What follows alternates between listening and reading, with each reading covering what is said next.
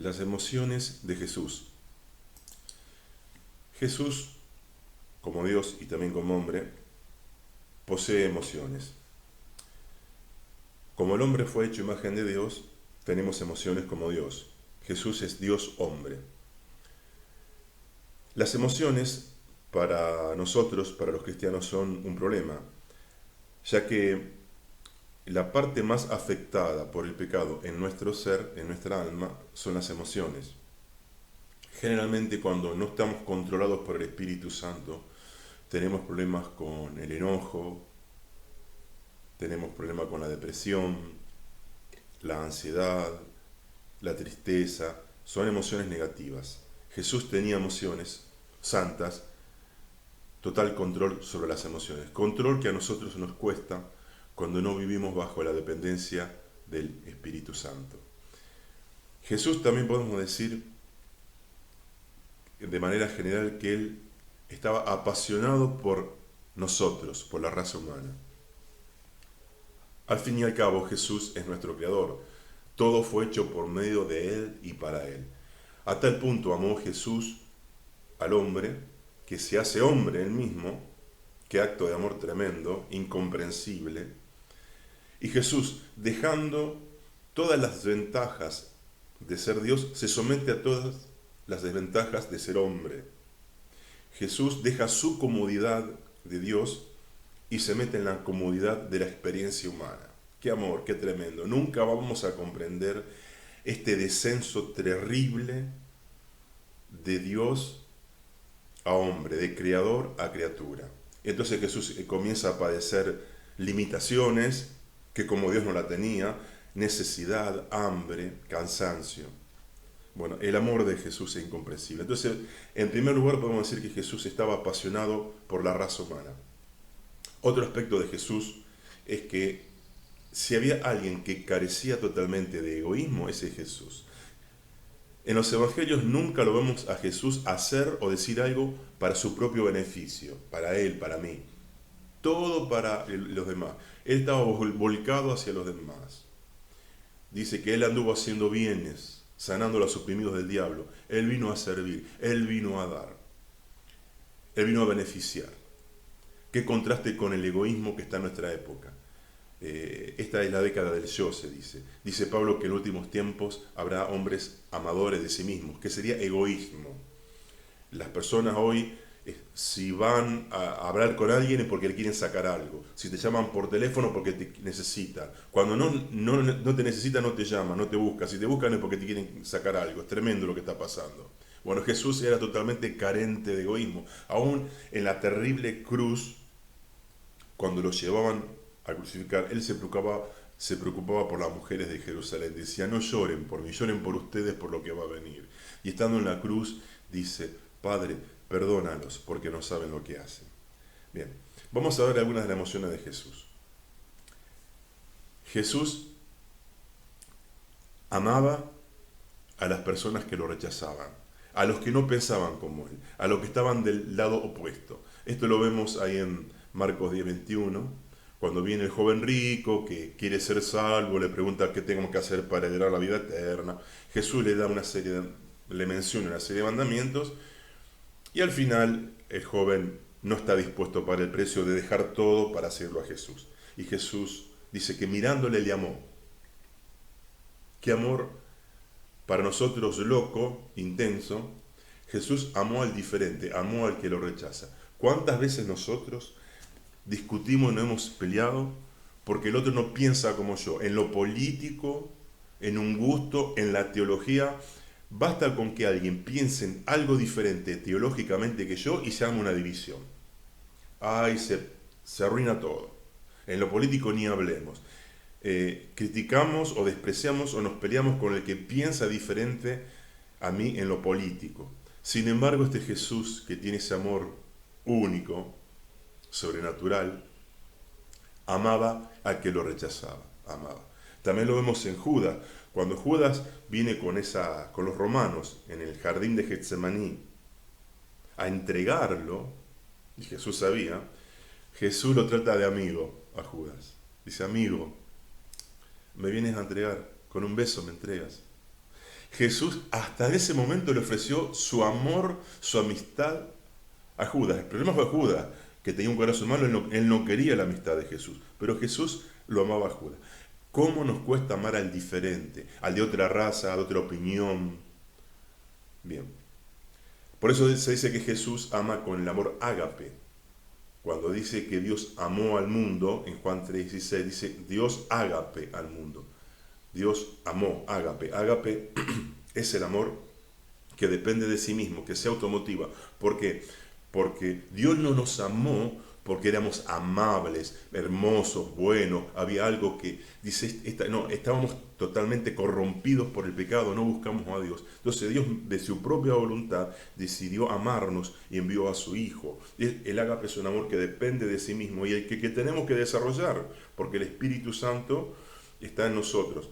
Entonces es el amor no egoísta, el amor que se automotiva porque depende de uno mismo, no de las cualidades del objeto a que yo quiero amar. Porque ese objeto, podemos repetir nosotros, no desprendíamos nada bueno para Dios. Lo que Dios veía a nosotros era para que se enoje, pero sin embargo decidió amarnos. Así era nuestro Jesús. Otro sentimiento, otras emociones de Jesús. Cuando dice que lloró por la muerte de Lázaro, ahí en Juan 11. Se preguntan, ¿por qué lloró Jesús? Porque al ver los judíos y a ver sus hermanas, Él lloró por ellos. Él sabía que iba a resucitar a Lázaro. Él ya lo sabía todo. Pero llora porque Él se metía en la piel de los demás. A Él le preocupaba el dolor humano, no era insensible al padecimiento, al dolor de los demás. Porque se hizo hombre totalmente. La palabra misericordia significa eso. Hoy se usa la palabra empatía, que significa, que usan los psicólogos, se usa sentir dentro. De ahí viene también compasión, que es padecer con. Compasión es padecer junto con. Es salir de uno mismo para poder sentir lo que el otro siente. Y ahí volvemos a hablar del egoísmo. Muchas veces en esta vida tan compleja que estamos viviendo, tan difícil, estamos tan ensimismados, que pasa por alto lo demás, lo que el otro está padeciendo. No se lo entiende, no se lo comprende. Hay mucha gente padeciendo y el cristiano tiene que marcar la diferencia. Tenemos que hacer empatía. A veces se dice que los cristianos somos simpáticos, pero no empáticos. Es decir, somos amables, tratamos bien a las personas, pero no nos metemos en el problema del otro. Y ahí tenemos que marcar la diferencia. Si tenemos el amor de Jesús, si desarrollamos el amor de Jesús que está en nosotros por el Espíritu Santo. Salir de uno mismo. ¿Por qué Jesús llegaba a las personas? Porque Él cuando se encontraba con Nicodemo, este hombre principal, con la samaritana, con un leproso tan despreciado, Él estaba totalmente a disposición del otro. Se metía en la mente del otro, en la piel del otro, en los zapatos del otro para ver qué estaba pasando. Y ahí llegaba, porque la persona al sentirse entendida, comprendida, abre el corazón y es más fácil que se entregue a Cristo. Y es por eso que a veces no llegamos. Porque somos simpáticos pero no empáticos. No nos metemos en los zapatos del otro. Otra emoción de Jesús. Jesús se enojaba. El enojo en sí no es ningún pecado. Dios se enoja. Pablo dice, enójense, pero no pequen. El problema de nosotros es que a veces cuando nos enojamos por nuestras debilidades, bien, tendemos a pecar, o a hacer, decir algo feo, muy hiriente, o físicamente. Bueno, Jesús tenía una ira santa. Él no pecó. Por ejemplo, vemos el enojo de Jesús en varias circunstancias diferentes. Se enojó ante la dureza religiosa de los fariseos. Jesús... Hay un hombre que tiene una mano destruida, una mano seca, dice, y lo quiere sanar, pero para los fariseos el problema era que lo hacían el día sábado, que el día de reposo. Y Jesús los mira con enojado, le dice, ¿cómo puede ser que a usted le importe más el rito del sábado que a un ser humano? Que yo le devuelva la salud, la sanidad a un hombre que no puede trabajar y no puede comer tal vez. No. El fariseísmo, la religiosidad que se ha metido mucho en nuestras congregaciones, nos vuelve duros, implacables. El rito por sobre la vida, el rito por sobre la misericordia. De repente hay congregaciones que si uno cumple una listita de santidad que se arma humanamente, ideada por algún líder, es más importante que la misericordia y el amor de Dios. Y creyendo servir a Dios somos duros, implacables. Por ejemplo, hay algunos que parece que la Biblia dice que hay que ir a la reunión con saco y corbata. No está mal ir con saco y corbata, pero tampoco está prohibido ir sin saco y corbata. Un ejemplo. Hay lugares en que a personas que porque no concurren los hombres con saco y corbata y las mujeres con pollera, bueno, los excluyen, es como si están en rebelión, en pecado, le sacan los privilegios, no pueden participar en las reuniones. Una locura, es la dureza farisaica que está en nosotros. Porque yo puedo usar saco y corbata, o la mujer pollera, y ser chismoso, estar en fornicación, en muchas cosas. Eso no importa, importa que esté con saco y corbata. La Biblia habla de principios, vístanse decorosamente. Si yo estoy vestido bien y la mujer está vestida decentemente, aunque no tenga pollera, aunque yo no tenga saco y corbata, no hay problema. Bueno, esas normas rígidas hoy se le aplican muchos. Algunos ponen por ahí en las redes sociales, en Facebook por ejemplo, esta es la forma bíblica de ir a las reuniones. La mujer con pollera y el hombre con saco y corbata. Ahora, no hay un solo versículo bíblico que diga que la mujer tiene que ir con pollera y el hombre saco y corbata en sus cultos.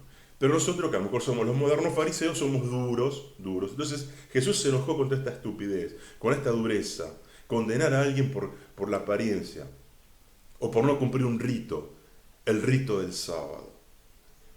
Jesús dice, ¿qué es más importante? El hombre, ustedes no entendieron, por eso al final le dice en otro momento, ustedes no entendieron la ley. Están tantos años leyendo la Biblia y predicando de Jesús y no me conocen, no conocen a Dios, no conocen mi corazón.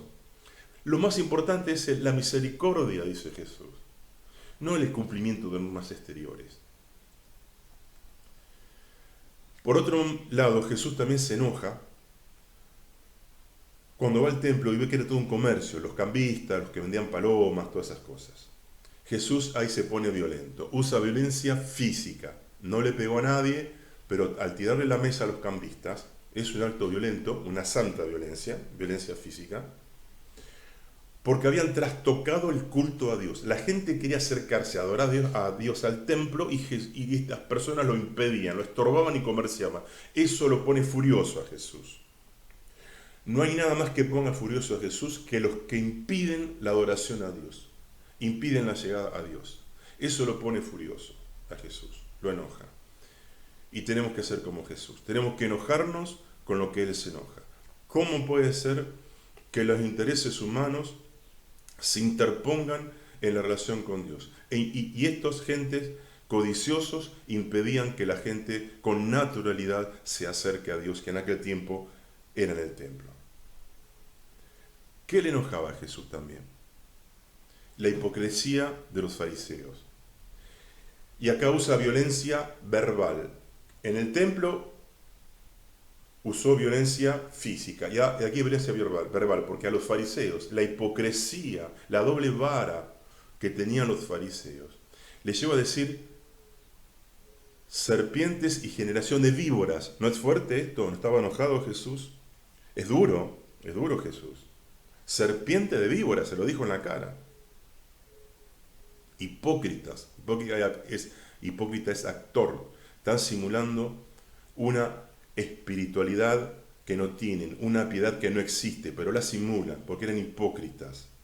Esto le enoja a Jesús, más que muchas otras cosas. El simular algo que no tenemos es una forma de mentira, y la mentira es seria para el Señor. Fingir una santidad que no se tiene. Esto lo enoja a Jesús. Bueno, y hablando de la violencia verbal de Jesús, la santa violencia verbal de Jesús, también está cuando a los judíos les dice, ustedes son hijos del diablo, no son hijos de Abraham, son hijos del diablo. Es duro, fue duro Jesús, fue duro. Bueno, él usaba los términos duros en el momento y en las personas que lo merecían, porque él, todo lo que fue santo y perfecto. Merecían ser tratados así. ¿Saben lo que es que te digan? Sos hijo del diablo. ¿Qué van a ser hijos de Abraham? Si me quieren matar, se oponen a Dios. Son hijos del diablo porque el diablo es asesino y se opone siempre a Dios. Entonces ustedes son hijos del diablo. Otro momento que Jesús lo vemos también enojado es con Pedro. Cuando Jesús dice, miren, a partir de ahora yo, el Hijo del Hombre, voy a ser apresado por los hombres y me van a matar. Y viene Pedro como buen amigo y dice, no, Jesús, por favor, ¿cómo te van a hacer esto? ¿Y qué dice Jesús a Pedro, mirándolo? Apártate de mí, Satanás, porque no pones tu mira en las cosas de Dios, sino en las de los hombres. Otra vez, que te digan Satanás, qué duro, y fue un dicho de Jesús duro para Pedro y para el diablo, porque el diablo lo había influenciado a Pedro. Bueno, nadie es perfecto, a veces el diablo o los demonios nos meten mentiras. Jesús se puso fuerte, duro, y usó una expresión muy fuerte, porque dice, te estás poniendo al hombre antes que a Dios. ¿Qué es lo que pasó en el Edén? ¿Qué hizo el diablo en el Edén? A Adán y a Eva, el diablo le dijo, ustedes son muy, pero más importantes que Dios, se tienen que rebelar, tienen que vivir de manera autónoma, se tienen que autogobernar, y pongan sus intereses por sobre los intereses de Dios. Y ahí vino el pecado. El pecado consistió en querer poner a Dios al hombre en lugar de Dios, el interés del hombre en lugar de Dios, cuando tenemos que buscar primeramente el reino de Dios. Y ahí Jesús se enojó. ¿Y cómo se enojó? Le dijo Satanás a uno de los suyos. Y por último, otro aspecto de las emociones de Jesús es que él tenía gozo. Jesús era alegre. De repente hay algunos que hacen las películas de Jesús. Bueno, es difícil representar a Jesús, porque Jesús era un diamante tan perfecto, tan equilibrado en todas sus facetas, tenía tantas cualidades hermosas y profundas, que es difícil que alguien pueda representarlo totalmente a Jesús. Y por algo un Jesús medio místico, triste, porque la cruz, porque el pecado. Bueno, es muy difícil. Jesús dice que se regocija cuando él se da cuenta que el Padre, su Padre, revela cosas profundas a los niños, a los que tienen corazón de niños. Regocijar, dice dar un salto en el espíritu. Tal vez algunos dicen que Jesús danzó ahí. Bueno, no sabemos, pero un salto de alegría, un salto de gozo, se regocijó. Era una alegría grande que se manifiesta físicamente. Eso es regocijarse. Jesús se regocijaba. Jesús no era un aburrido, a veces como somos nosotros. No es que estaba todavía riéndose, pero Jesús también tenía una gran cuota de gozo, porque si Pablo dice, estén siempre gozosos en Tesalonicenses, y Pablo está diciendo lo que los evangelios está ampliando y profundizando lo que dicen los evangelios, porque Jesús, el modelo máximo, estaba siempre gozoso. Si nosotros tenemos que estar gozosos, y nuestro modelo es Jesús, es porque Jesús siempre estaba gozoso. Y en Juan, le dice a los suyos Jesús, estas cosas yo se las digo para que tengan gozo y para que mi gozo esté en ustedes y sea completo. Él quiere que su pueblo sea gozoso, alegre.